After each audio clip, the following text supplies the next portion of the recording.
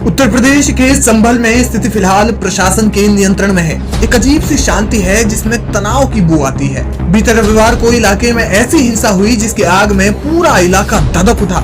हिंसा के बाद पुलिस मामले में कार्रवाई कर रही है।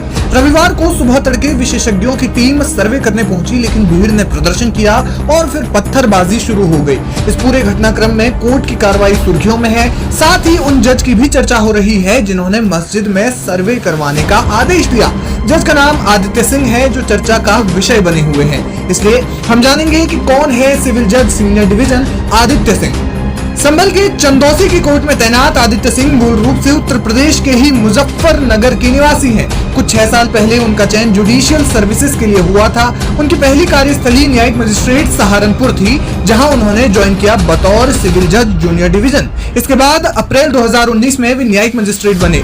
सरकारी सेवाओं में जैसे आमतौर पर ट्रांसफर होता रहता है, तो सहारनपुर से ट्रांसफर होने के बाद देवबंद में एडिशनल सिविल जज के तौर पर वे पहुंचे। इसके बाद जुलाई 2022 में उनका फिर से तबादला हुआ और वे सिविल जज जूनियर डिवीजन के तौर पर बिजनौर के चांदपुर में पहुंचे। अपनी बेहतरीन कार्यशैली के कारण 18 नवंबर 2023 को उनका प्रमोशन सिविल जज सीनियर डिवीजन के तौर पर हुआ और 21 नवंबर 2023 को उन्होंने कार्यभार संभाला।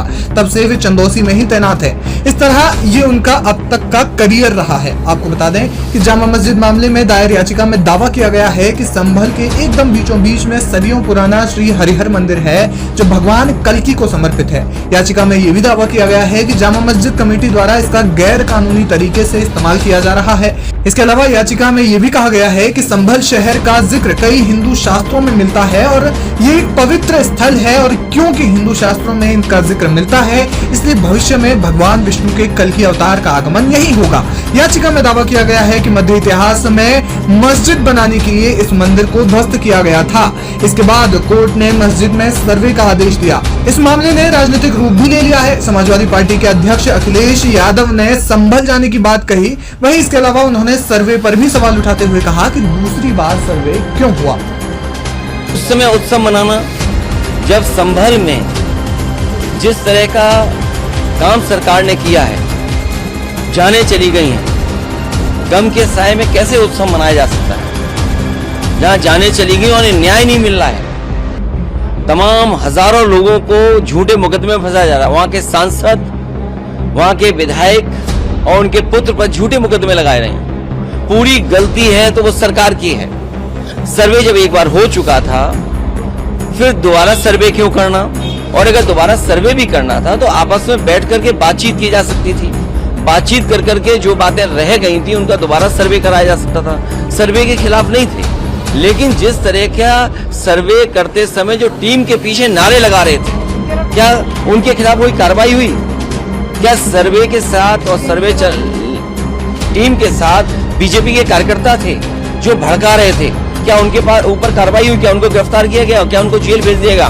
विपक्ष न जाए वहां पे। वहां पर जो लोग परेशानी और तकलीफ में हैं उनकी बात न सुन पाए, इसलिए इंटरनेट बंद है। वहां पर कोई जा नहीं सकता है। हमारे दो लीडर ऑपोजिशन हैं, दोनों हाउस के, दोनों जाना चाहते हैं आज, लेकिन दोनों को जाने की परमिशन नहीं दे रहे हैं। अगर यहाँ से चल दें, मान लीजिए अभी गेट बंद कर देंगे। हमारे सभी सांसद चाहते हैं कि हम जाएं आज संभल। अगर हम संभल जाने के कहेंगे तो कहेंगे संविधान नहीं मानते, कानून नहीं मानते, सरकार का नहीं मानते। तो ये भारतीय जनता पार्टी के वो लोग हैं जो मन विधान से चलना चाहते हैं, संविधान से नहीं। अखिलेश यादव के अलावा विपक्ष की तमाम नेताओं ने मामले में योगी सरकार को घेरा है। मामले का ताजा अपडेट ये है कि 3750 अज्ञात लोगों पर एफआईआर की गई है। वहीं 25 से 30 लोगों को गिरफ्तार किया गया है।